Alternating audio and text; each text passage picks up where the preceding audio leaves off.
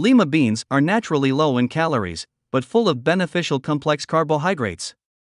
There are 3 types of carbohydrates in a serving of Lima beans. Yes, Lima beans are absolutely good for people who are on a low carbohydrate diet. They are a good source of fiber and have a low glycemic index. Lima beans are among other beans which are high in carbs. 1 cup of cooked Lima beans contains approximately 23 grams of carbs, which makes it high and cannot be good for low-carb diet or keto diet.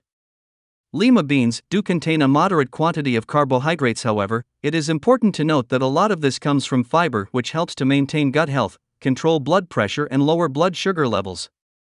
For this reason, Lima beans can form part of a low-carbohydrate diet but in smaller than normal portions, around a quarter cup portions. Lima beans are high in carbohydrates, yielding about 40 grams of carbohydrate in a cup. Although they are also high in fiber, but still gives about 13 grams of net carbohydrate per 100 grams.